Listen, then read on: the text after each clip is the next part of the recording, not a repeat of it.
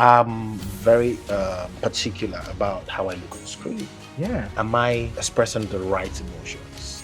Right. And I'm doing what I'm doing. The director can see it on the screen. Absolutely. So I want you to tell me, at this point, I need you to do this. At this, and as much as the actor is acting, the director should direct. And Jack really brought that out, and thank you very much. Who are the people that are on this movie?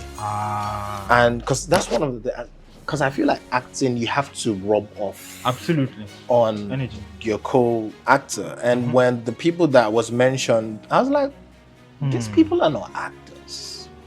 They're going to look like a joke. Hello, everybody. My name is Prince Nelson Enwerem, and I am an actor. The Actor's Chair, powered by Shock Africa.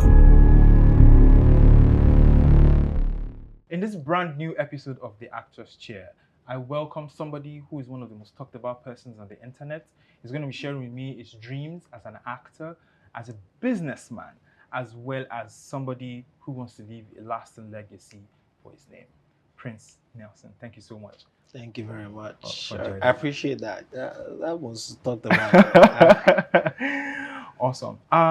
So I think my very first question to you is, how does it feel playing a character that is where you are from? I'm guessing because I think Aba Blues, you are from Aba. Your character is also sort of like pulled into the world of Aba and of course Lagos as well. So tell me about that. It felt very good. There's a correction. I was born and brought up in Aba. I'm not from Aba, but I was born and brought up there. Got you. It's a general slang that any person, regardless of nationality, regardless of tribe, that is born and brought up in Aba is called an Onwaba, an Aba boy. So you're an Aba boy. Yes, I'm an Aba boy, but originally I'm from Imo State. Yeah, but born and brought up in Aba, and it was a wonderful experience growing up there, And when I got the scripts for the movie and I saw Aba Blues, it caught my attention immediately. And getting to play that character, I loved it and I enjoyed it, and I was very happy that we were going to speak Igbo because it has been one of my dreams to be in a movie that we were going to speak Igbo in. So the Aba Blues is a dream come true for me. Amazing. Aba Blues is a dream come true for you. Awesome. I also wanted to talk about this being your cinema debut, and obviously the process of you even playing this character, and how did you even audition to be part of this project, and what was that process like for you? When I got a message from the producer, I got a DM from the producer. Right. I was shooting a TV show. Yeah, I was hosting my debut TV. It's not wasn't my debut TV show, but I was hosting a TV show. It was on the mainland at the time, and we're shooting long hours for days. Wow. And I got the message, "Oh, Prince, we would like to send you a script. Please go through it, do it self-tape and send to us." And I said, "Sorry, but please, can I send this so time? Because I'm shooting right now and I don't have any time at all." So, and they were like, "Oh yeah, sure." I said, "Yes." One for the team. So we're done shooting the TV show. I get home, I go through the scripts, and one thing about me is first of all, I don't like auditions. They're very daunting. I don't like auditions, but whenever I'm supposed to do a self-tape, I take it as you have the opportunity to give your best, make an impression. Yes. So I go through it, I practice a couple of times, I get a friend of mine to record, we shoot it, and I send. And the next day they were like, "Okay, so we're shooting on this day, this is the number of this, and all." Nice. And I said, "Okay, I'm down." Awesome. And it was good because when eventually we came for the table reading, I think one of the things that I asked as well before we came for the table reading was like, "Please, who and who?" Who is interesting. And the producer told me, "Oh, Jideke." And I was like, Jideke is my friend. We've been friends for a long time. I was like, "Okay, cool. I said, "Who's playing who's playing Amara? And they're like, Angela Nosiki. I'm like, please, can you send her page? Interesting. Like, please, can you send her page? Because I don't know who she is. Right. And they send her page. I go through her page, see the stuff that she has done. I was like, okay, cool. Okay, looks good. It's like, who and who? They're like, we're still trying to finalize the other. I was like, cool. So, but when I got to the table reading, I'm seeing Eukarya. I'm seeing him like, Bimbo. Nice. yes, jackpot. But it was an amazing reading that day, and then it was up from there. Awesome. Yeah. I want to talk about you being an actor and you also being known, because I mean you're coming from the unscripted world, right? You went on Big Brother and like that wasn't acting, that was you. So what's the difference between unscripted, doing reality TV show, and you playing for the camera, you saying lines for the camera, you building chemistry with somebody that in the movie this is somebody that's your wife and all of that jazz? Tell me. They're two entirely different worlds. A lot of people tend to see reality TV personalities and believe that, this person can act. We're not acting.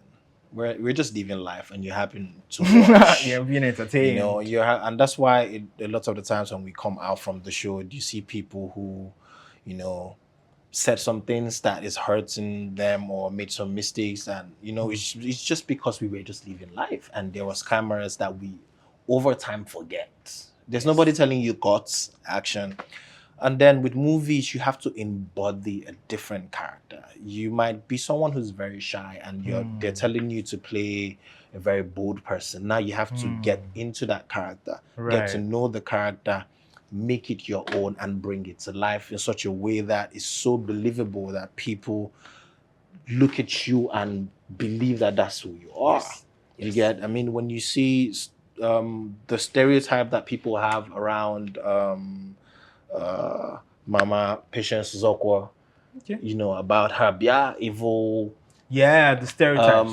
Is because of she played her character so well that people believed it. Yes. You get? And that's how it's supposed to be. There was a movie that I did also recently where I was supposed to play an abusive boyfriend. Oh, okay. And in one of the scenes when I was supposed to beat her up, when I did it, when they said cuts, everybody was quiet because they were like, I hope you're not like this in real life. So there are two entirely different worlds, and it's such an honor to be able to take on every character and bring it to life, so much so that people are angry. If you're supposed to be someone who would incite anger in people, they are genuinely angry at you because of the character that you played. And that's when you know that you did an amazing job. Awesome. And a follow-up question to that is, do you think that is also sort of like dangerous to you as a human being, where somebody is watching you playing an abusive partner, and because like you've done your job so well, somebody's transferring that character to Prince and not the character in the film? I mean, there are the dangers of it, because sometimes people forget that these are movies.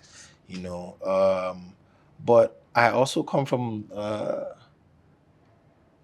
the reality TV space, which for the most part can be very toxic.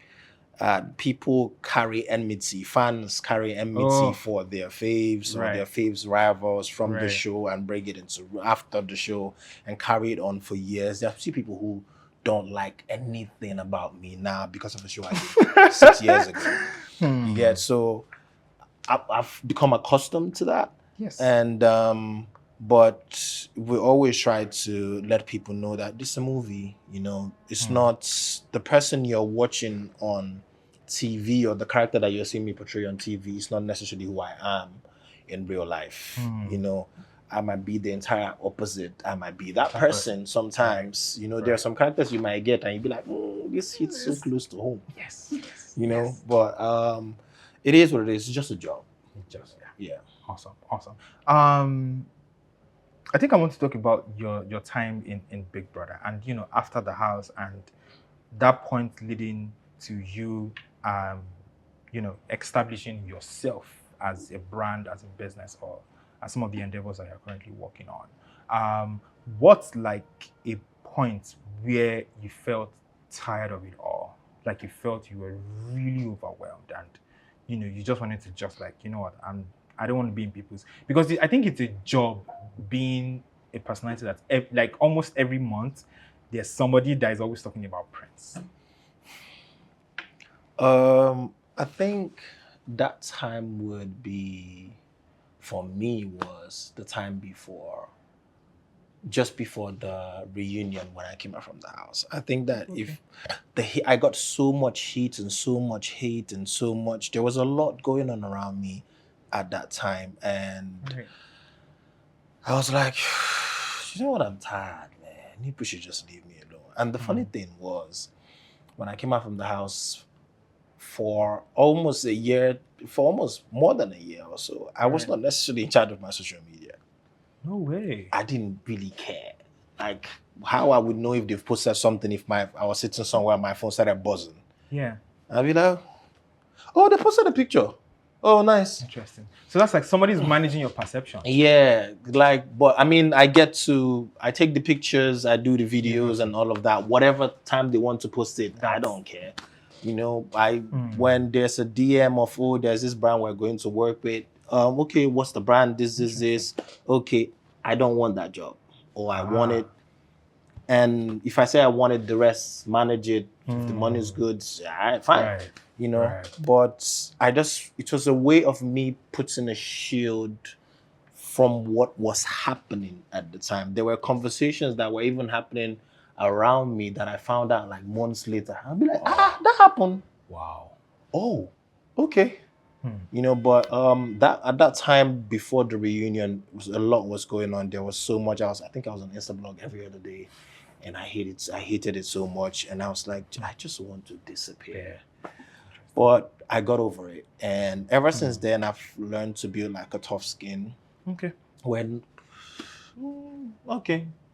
They said I did it. Yeah, that's fine. Right. Right. What really matters to me is the people that I care about, my loved ones, my family, my friends, how they see me. Yes. Am I representing myself very well? And every other thing is secondary. So right now, much doesn't affect me anymore. Right. Yeah. Do you think you're going to do Big Brother again, ever?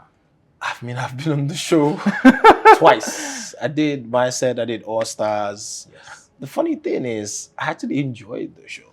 Funny enough, like the second time I went on the show, I had way so much fun than I did the first time. I was more relaxed. Maybe also because I was not competing to win. I was just a guest, so I was just having fun. I didn't care. Will I do the show again? I don't know. I honestly don't know. But maybe. But I don't think if I was ever going to do it again, I would still want to stay the entire course anymore. I would just go in probably for nostalgia and come out. And I'd be like, I'm tired. Can I come out now? Yeah. Right. One of the questions I wanted to ask to you was in terms of directing approaches and how somebody can pull a good performance out of you. So tell me, like a project or maybe some projects that you worked on that you really think it was good directing that got that good stuff out of it. I think my last two movies, that's When the Glass Breaks and of course Abba Blues. They really brought it for me. Because for me, I'm an actor that I'm not afraid to do it again. Oh, okay. I don't mind. Let's do it as many times as possible. Right. To get it. And I had this thing where I used to do on set. Because Jack always used to say when he's happy with the scene, he'll be like, oh, happiness. So every time we shoot a scene that I'm in and we're done, I'll be like, I'll go to him, happiness. And he'll be like, yeah, happiness. Because I want to be able to get the artistic performance very well. Yes. I am very particular about how I look on screen. Yeah. Am I, expressing the right emotions? Right. And I'm doing what I'm doing. The director can see it on the screen. Absolutely. So I want you to tell me, at this point, I need you to do this. At this, and as much as the actor is acting, the director should direct. And Jack really brought that out. And Thank you very much. Jack. Awesome. I think one of the trailer scenes I want to talk about is where obviously your character is in pain, right? And his back is turned to Amara. And she's saying a line from Chinua Achebe's that things fall apart. And I think that got a lot of reaction in terms of how, you know, like that was like quite an emotional scene. And I was hoping you were going to talk about it in terms of, I think it was an ultimatum, if I'm correct. You were given an ultimatum to Amara. Oh yeah, yeah. If I can have all of you, I'd rather have none of you. At that point, Uzor was fed up. You know, he was torn because it's like, I mean, I'm here. I'm giving you all of me, and you are still, you know, looking at what was when we can focus on what could be. You know, what we have right now. So, and that scene took a lot for us to shoot because there was a lot going on. I think Angel was sick. Oh wow! As well, and then she was cold. I was hot. Interesting. She was cold. I was hot. So we're juggling between, can you turn on the AC? And, can you turn it off? Temperature. You know, and you know the emotions that had to be propagated for everybody to see in the scene. You know, yeah, I love that scene actually. I loved it. Awesome. So one of my very first questions before we go into our green flag and red flag game is, was there like any particular time in your life that you really wanted to be an actor? Or like when did you dream of being an actor? Maybe that's a better question. When did you dream of being an actor? When did it get started for you? And what did you see or what triggered that, you know what, I want to be an actor? I've always wanted to be an actor. I've actually always wanted to be on TV. Right. If you ask my friends from childhood, you know, I think when I came out from Big Brother the first time, right, a lot of my friends who knew me from school, uni, primary school, right, I got a lot of calls and they were like, you actually did it. You actually did. You used to talk about this all the time. Yes. Have you do this? I actually made a tweet in 2009. I'm gonna find that tweet that I was going to. I think I lost it, but I think I have a screenshot somewhere. Okay. That I was going to go on this show, and I posted on, I think in 2019 on my Instagram. I don't know whether it's still there. The world will hear my name. And in primary school, I did a lot of plays. Yes. And the most significant one for me was in primary 6. I don't know whether you've read the book, The Incorruptible Judge. Yeah, I played the role of Abalo Emery's lawyer. Right. And it was such a big play in our primary 6 then. You know, I was the star of the show because that whole court scene was a lot. Yes. You know, and I was like, I want to do this. I'm very passionate about this. And you know, since then I did dramas. I did a lot of drama in secondary school as well. And you know, did my first movie in 2020. I think immediately after I came out from the house, it was on Netflix. Okay. Man of God. Oh, you were a man of God. Yeah, I was a man of God. Interesting. It's been up from there, and I'm very grateful for how far I've come. Awesome. And speaking of how far you've come, this is like your cinema debut where you're a co-main lead in this project. I wanted to ask you, does that feel like something special for you? Of course, it feels amazing because, like I said earlier, it's a dream come true. I've always wanted to do a cinema movie. I've always wanted to, and the story is so beautiful because I'm also someone who, the kind of movies that I want to make are movies that people would talk about, people would debate on, and sitting in that cinema and watching people after the viewing, you know, have pockets of people talking about, oh, should you do this? This love supposed to be like this, and this supposed to be like this, and all of that. You know, it felt really satisfying. And I'm like, this is the reason why I'm here. This is the kind of things that I want to do. Awesome. And yeah. Awesome.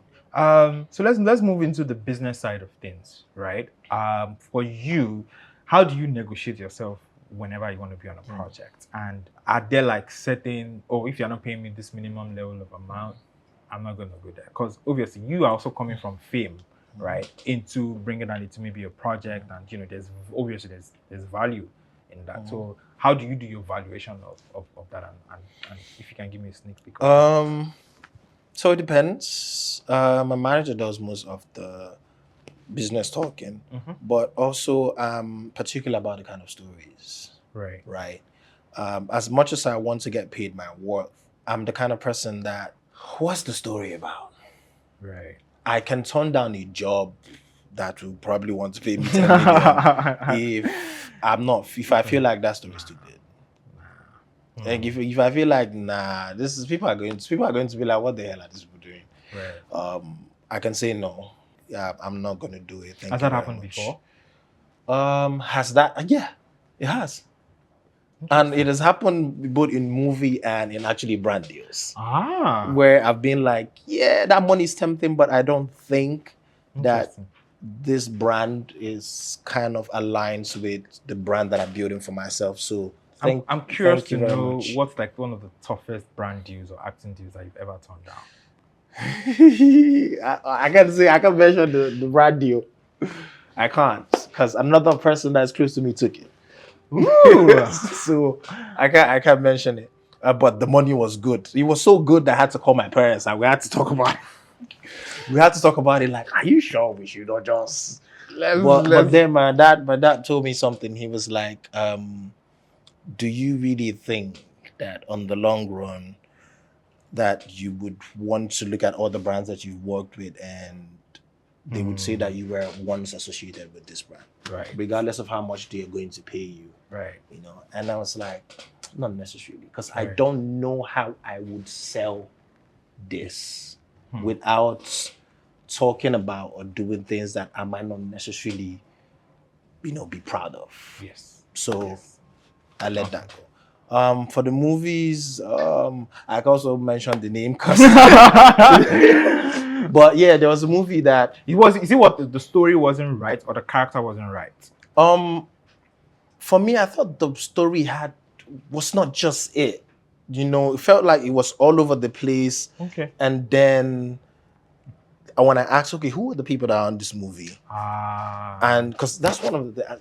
Because I feel like acting, you have to rub off absolutely on energy your co-actor. And when the people that was mentioned, I was like, these people are not actors. Okay. Right? These people are not actors. We're going to look like a joke. All of us are going to look like we're joking on the screen. So, yeah, I was like, well, I'm sorry, but I won't take the job. Please find someone else. Thank you very much. Respectfully. And I will always do that as respectfully as possible. Please just find someone else. I'm booked right now. The Actor's Chair. Powered by Shock Africa. Welcome to the Actor's Chair, where I have Prince, who is the lead actor in Abba Blues. All right, so right about now, we're going to play a game called Green Flag, Red Flag. So we have two cards on the table for you. One is red, one is green. I'm going to ask you a question, and you're going to tell me, is this red flag for you or green flag for you? Ready? Yeah. Awesome. So a relationship where the age difference is like more than 6 to 7 years old, do you think that's like a red flag or like a green flag? I don't think, personally, I don't think there's ages. As long as they are two consenting adults. All right. So that's a green flag then. So age is not a factor in a relationship. Awesome. Second scenario is dating a fan.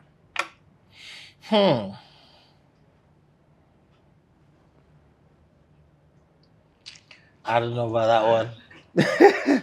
I don't know, but I don't think I can date a fan, actually. I'm always very careful about my involvement with fans. Right. Very, very careful about it, so that I don't want to get a tag, because there's always people would say there's just power dynamic stuff that's going on, but I try to avoid. So that's a you red know, flag. Yeah. Right. Personally, for me, I mean, you can date your fans. That's all right. Interesting. Yeah. Interesting. Awesome. So yeah. Number 3 is they don't watch Nollywood. Why is that a red It's a red flag because I hear a lot of times people criticize Nollywood. Oh, the movies are this, blah, and it doesn't look like this. How are we going to grow the industry if you don't watch it, if you don't patronize it, Right. if you don't go to the cinemas and spend the money to buy tickets? How are people going to get budgets to shoot better movies? Right. We have to watch Nollywood. Come on. Right. We make amazing movies regardless of the very tiny budgets that we get. Very You tiny. see Hollywood, they're telling you this movie was shot with $300 million. We just have our biggest movies are being shot with 200 million naira. Compare it with we've not shot any movie with $500,000 in Nigeria. So Interesting. yeah. Interesting. Next is I don't watch Big Brother. To each his own.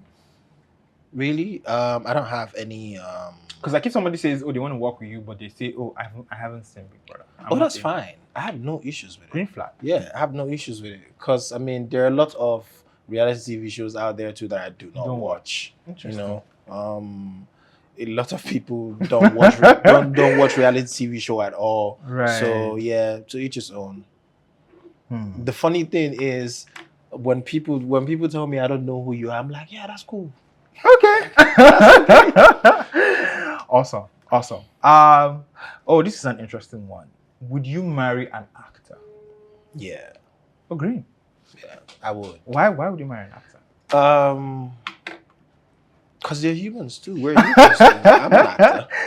Interesting. I'm an actor. I mean, I see the bias, on social media about people say, "Oh, I can never marry an actor. How will my husband or my wife be kissing somebody, whatever?"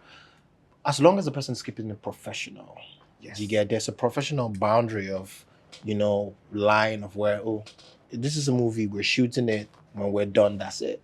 Yes. Why not? What's the difference between an actor and a soldier who's going to war and killing people? Are you going to say that they do not deserve love or get married because they are murderers? Right. There's a job. What about police officers? It's just another profession. It's another day in the office for the person. Like I said, as long as the person is keeping it professional. I mean, if we don't marry ourselves, who's gonna marry us? Actors understand each other. Do you get quite well because both of them are in the profession, so they know this. Final red flag, green flag is a production company wants to work with you and they are saying they want to shoot the movie. I've shot movies in 3 days. Green flag then. I've shot movies in 3 days. Great. I mean, I've shot a couple of YouTube movies. You'll be shocked at the time that people are shooting movies for YouTube, but I think it's because of the budget constraints in our industry, But although I'm not necessarily a fan of it, right?